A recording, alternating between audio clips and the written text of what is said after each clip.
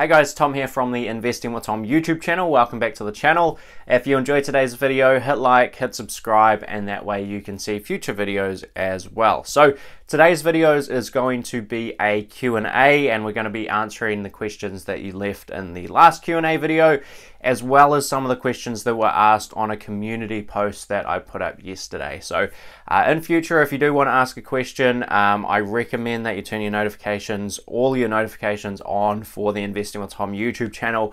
That way you'll be notified straight away if I put up a community post, and you can get in quick and ask your questions, and hopefully I'll be able to get to them on these videos. So with that said, we do have a sponsor before we get into today's video, and today's sponsor is Hatch. Now, Hatch are a New Zealand based company that I've been using personally for over a year now as my broker to buy companies over in the US. As you know, a large percentage of my portfolio is made up with US companies, and Hatch are the company that I use to actually go out and buy those shares, which was previously very difficult and very expensive when we were going through the traditional banks. So Hatch is great, very low cost and very easy to use. And if you're interested in getting started with Hatch, all you will need to do is click the link that I'll put up on the screen here, and also link down in the description below, which is hatch.as/investing with Tom. If you click on that link and fund your Hatch account with 100 New Zealand dollars, Hatch will add an additional $20 to your account so that you can get started with a little bit more cash. So feel free to take Hatch up on that offer, but for now, let's get into the video. Alright, so the first lot of questions, as I mentioned, are going to be coming from the pinned comment in the previous Q&A video. And the first one isn't really a question, but it's from Supernom saying, do a day in the life video. I actually replied to this at the time and said, I don't think a day in the life video for me is going to be particularly exciting, but if anyone else is interested, let me know. I can always put that together. Right, next question is from Logan Duncanson. Could you do a video on what you think are recession-resistant companies that are a good buy? I think, okay, so first of all, I'm not going to tell you what stocks to buy. I never have and never will, but I can certainly...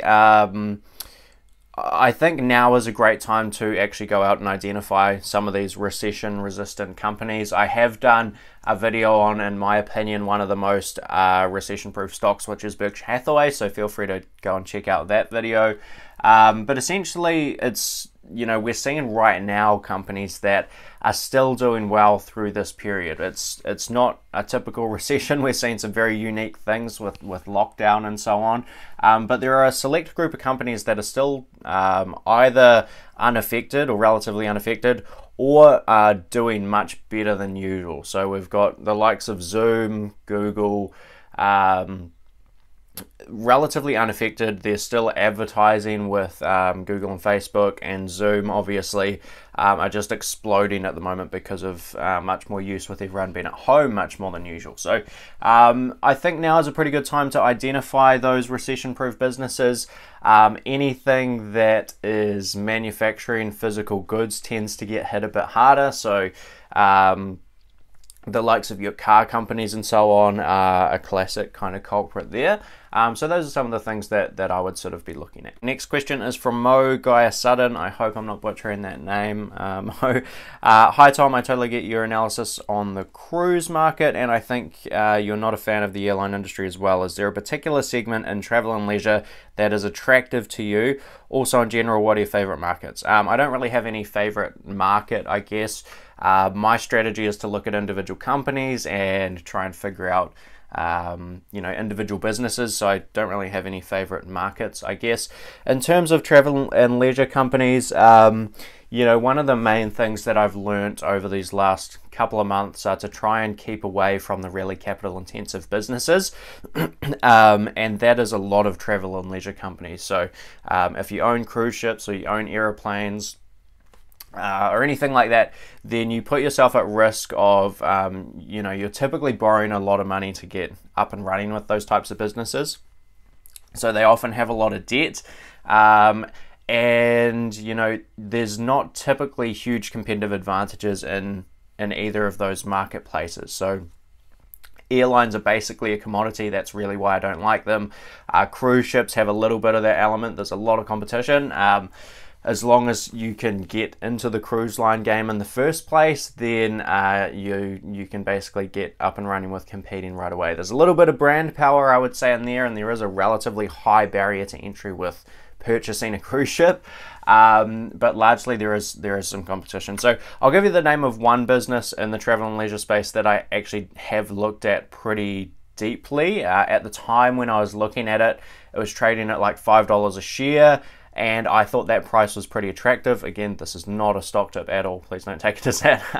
At the time, I thought it was pretty attractive, and then, you know, by the time I was finished my researching, like a week later, it had doubled and more, and I think it's at like $12 a share now. So I passed on it in the end. But that business was corporate travel management, which is listed on the ASX. So they're basically a travel agent. So if you're interested in more of a capital light, high return on invested capital, high growth type business, they're getting hit very, very hard at the moment, but it's going to be interesting to see how they recover kind of going forward. So not a stock tip, don't just buy it because I said that, but that's one of the companies I have looked at. Question from Tom Dravisky. Again, I hope I'm not butchering your name. Hi Tom, what are your thoughts on Chatham Rock since you're in the ag industry? I'm interested to know your thoughts. So when I first put this video out and you first left this comment, I actually went and looked again at Chatham Rock. I have looked at it previously in the past. And for me, there wasn't a lot to get excited about. I've said before that, you know, ag is a strong area for me, obviously, but the unfortunate thing about agricultural businesses is it's hard to have a competitive advantage. If you're a farmer, the way that you do better than other farmers is generally to be the low-cost producer. And the same goes for these ag businesses that kind of support farms and so on. So from memory, there wasn't a lot to get particularly excited about it, and it was a pretty easy pass for me with that one. Question from Matthew Scott. Hi Tom, I stumbled across your channel a few days ago. Totally impressed. Thank you very much. Exactly the sort of content I'm after, and better yet, an NZ. My question is, what are your thoughts on Fletcher Building using your intrinsic value technique? This looks like a great buy at the moment, but would love to know your thoughts and why or why not you would consider buying their shares. So I have looked at Fletcher Building in the past as well. It's again one of these businesses that, you know, there's a lot of businesses that I look at for about 5 minutes and just pass on because they go straight to the too hard basket. And Fletcher Building again was one of those. So Fletcher Building a couple of years ago were losing money. More recently they've been making money, and that sort of flips back and forth very quickly. And they're not businesses that I'm particularly attracted to. So on the intrinsic value assessment stuff, the one thing I would say with any business really, but especially a business like this, which seems to bounce back and forward between making money or losing it, is to use like a representative free cash flow number as your starting point. So don't just pick last year's free cash flow unless you think that's representative. Chances are last year's free cash flow could be a really, really outlier kind of good year or a really, really outlier kind of bad year. And either one of those things will get you an unrealistic kind of intrinsic value. So be careful with that. Again, it was an easy pass. So really I'm looking at, when I look at a business, I'm looking for reasons not to buy it. I kind of, unlike a lot of people which are searching for reasons to buy stocks, I kind of flip that on its head, and if something makes it through the first 10 or 15 minutes of analysis for me, then generally I start to get pretty excited because not a lot of businesses do that. But it saves me putting hours and hours into businesses that I'm really not gonna ever invest in if I can just eliminate them very quickly because of some main kind of fundamental reasons. Okay, so we're going to head over to the community post now, and the first question is from Zane 1091. Hey, do you use any indicators for value investing? So I would say that I certainly don't buy a stock with any one indicator. I guess the indicator, if it existed, would be price to intrinsic value, and I'd buy the biggest discounts. But intrinsic value is not something that you can look up in financial statements. It's all about what's the future of the business going to look like in your opinion, and what sort of return do you want to make, and that's how you come up with intrinsic value. And I know there's websites out there that calculate it for you and that sort of stuff, which is cool, but I think it requires a lot more in-depth research than just running some basic numbers and extrapolating the past forward. So Not really any indicators. I do occasionally run screens if I'm looking for just new companies to look at. I've typically got more than enough companies to dig into, but if I ever need something new, I'll typically look at just real basic stuff like a low PE, occasionally even a high dividend yield will get you to a similar place, or show you companies that have been beaten up recently. So those would be two. I occasionally use the acquirer's multiple from Toby Carlyle, which is EV to EBITDA. That's one I use occasionally after reading the acquirer's multiple book. That made a whole lot of sense to me. So those would be some of the indicators I run screens on, but I'm certainly not buying stocks on that basis. Tom Hooper, what's your opinion on Philtown's strict criteria for picking stocks laid out in Rule 1 investing?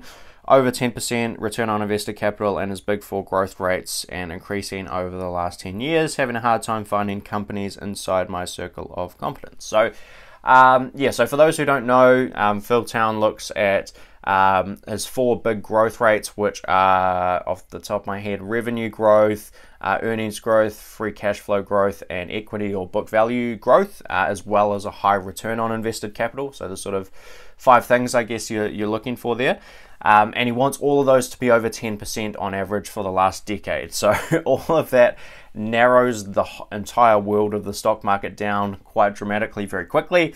And look, I think if you can find businesses that meet all of those criteria and you can buy them at a discount to intrinsic value or a margin of safety price, as Philtown would call it, I think you will do very, very well. The only thing my only quarrel, I guess, with Philtown's methodology is it does pull you towards these high growth companies, and lower growth companies can also be fantastic investments. So I'm a little bit more open, but those are certainly some of the things I still look at even today. So I think if you can find things that tick, you know, all of those boxes, you'll do very, very well. But like it sounds like you're finding, the number of companies that tick all of those boxes that you happen to understand can be pretty small. And you know, or at least you can find some, but it's hard to find them that are ones that are undervalued right off the bat. So you do have to build up a bit of a watch list of companies that meet all those criteria and kind of wait in most circumstances. But yeah, if they tick all the boxes, you'll do well, I think. MC asks, are you buying stocks in this market considering the economic situation? So look, again, I don't look at macroeconomics at all, really. I look at individual businesses, and the answer to your question is yes. I've bought one stock this year, and that was actually adding to an investment that I already had. So I've bought nothing new. I certainly haven't been putting all my cash to work or anything like that. And yeah, that's about the extent of it. I can't say that that's out of the ordinary or less buying or more buying than usual. That's pretty standard for me. I'm looking for my 1 to 2 stocks a year. I haven't found any new ones this year just yet. Some got very, very close in the 30-odd% drop that we did have earlier in the year, but some of them are still pretty expensive that are on my watch list, and one I was confident enough to add to a bit further. So but that's not a market call or anything. That's just me looking at the individual opportunities available and, you know, picking them. Okay, question from Cam K. What value do you put on tailwinds versus headwinds when investing? Global trends. So I actually do pay a pretty large amount of attention to this. I think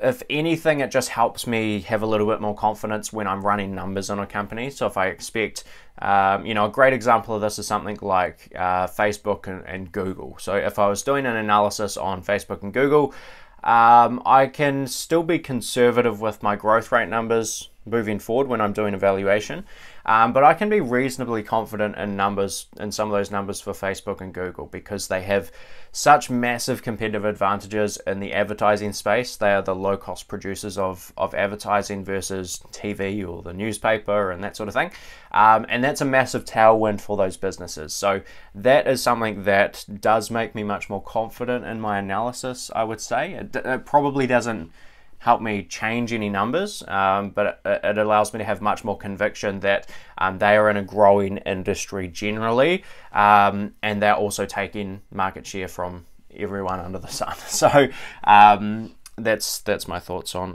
tailwinds. If you're investing in a business with a lot of headwinds, it can be difficult.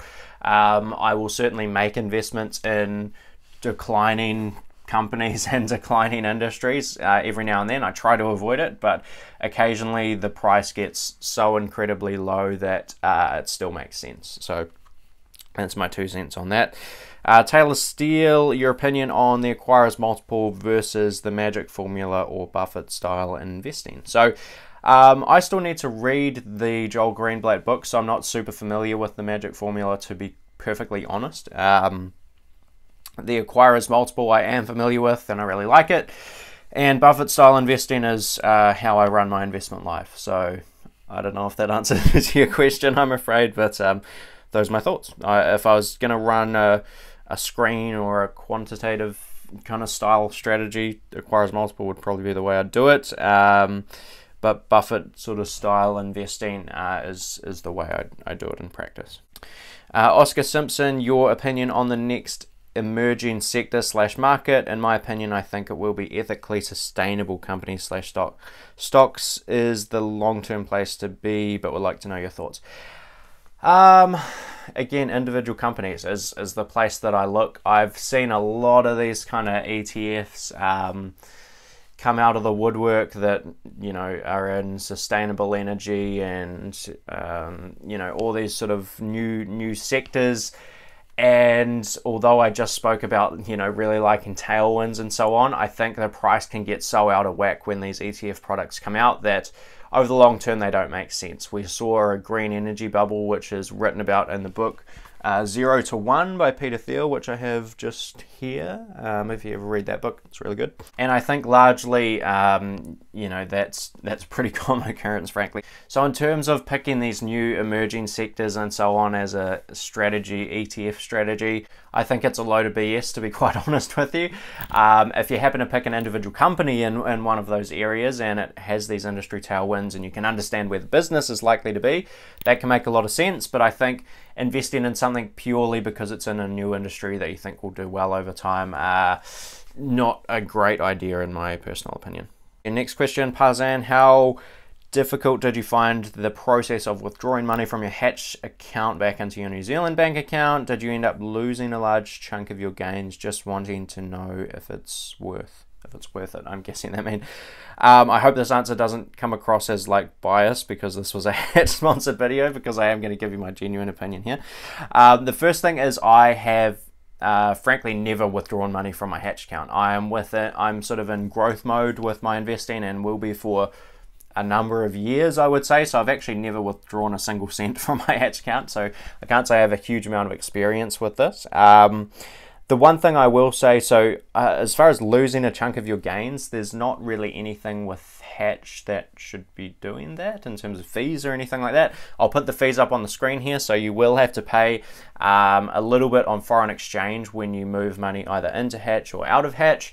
But if you're losing a large chunk of your gains, that sounds more to me like a movement in exchange rates, which you will experience with any broker. So if the US dollar goes up or down relative to the New Zealand dollar and you're pulling those US dollars back into New Zealand dollars when you take the money out of Hatch, that can have either a positive or negative impact on your overall New Zealand dollar gain. So I'm guessing that's what you're talking about. So that's what it'll be. I don't know what else to really tell you there. But I've never pulled money out of Hatch, so I'm not super familiar with the process, if I'm being quite honest there. So those are some considerations, though. The exchange rates will have an impact on your overseas investments, whether it's the US or Australia or anywhere around the world, and I have done a video on that as well, so feel free to check that one out. That was only a few weeks ago. I think I did a video on foreign exchange. Okay, next question is from Tuba Rao 1143. Super butchered your name. In companies listed in different stock markets, how does it work? They have the same number of stock issued. Gazprom in Moscow is traded at €3 and in London €5. Same with Simons in New York Stock Exchange and Simons in extra, man, I'm butchering this question. Could you please try to explain? I can't say I'm super familiar with Gazprom, but this is something I encountered when I invested in Fiat Chrysler. So they have a dual listing in the US and also in Italy, I think it is actually. So they have shares priced in US dollars and shares priced in euros. So basically the share prices should align, I think, unless I'm missing something here. In most cases the share prices should align, so, or at least when you account for exchange rates. So the exchange rate is, say, one euro is worth 1.1 US dollars, then a 10 euro share price in Italy would equal around an 11 US dollar share price back in the US. So that's my understanding of how it typically works. I might be missing something here if the dollar amounts don't seem to line up, and that may be company specific, so I'm not too sure, to be perfectly honest with you there. But in my experience, the way that it works is it's simply just an exchange rate difference generally. But if anyone else knows the answer to this question, feel free to help this guy out in the comments below. But those are my thoughts. Henry Michael, I have my ASX app on my phone and I'm looking at my positions every morning around 10 a.m. I can't help it. Am I the only one who does this? I used to do this. I try and avoid it now. I still look more frequently than I should. In a perfect world, I'd check my stocks probably once every couple of weeks, but I just like to see what's going on. I think the important thing is that you shouldn't be making decisions on day-to-day movements. As long as you can avoid doing that and getting emotionally impacted, you know, if your stocks are down 5% overnight or something, and your portfolio takes a bit of a hit and that's affecting your day, that is not a good thing. So stop checking the app. But if you're someone that's just interested in looking at it and you're not gonna, you know, panic and you know, sell stocks when they're down, or get really excited and buy stocks when you're still half asleep in the morning checking your phone because they're going up or something weird like that, as long as you're not doing that stuff, I don't really see the issue. But day-to-day movements are not important for long-term investors. It matters where the portfolio is at in 30-40 years for me personally, and obviously there'll be changes in the companies that are there today versus in several years time, but day-to-day movements are not important. So stop looking at your phone. J7000 and J70070, great username. And this is the last question. What's that quality in a stock that when seen you say, I got to get this? Basically, if I could think of the perfect stock, it is a, this has never happened by the way, but if I could think of a perfect stock, something that I understand has a moat, that is just indestructible and will last my entire lifetime, if not longer, has a great manager, very shareholder friendly, allocates capital very well, and that's kind of the core way that they think about managing their business, and it's worth $1 and I can buy it for 1 cent, that'd be my perfect business.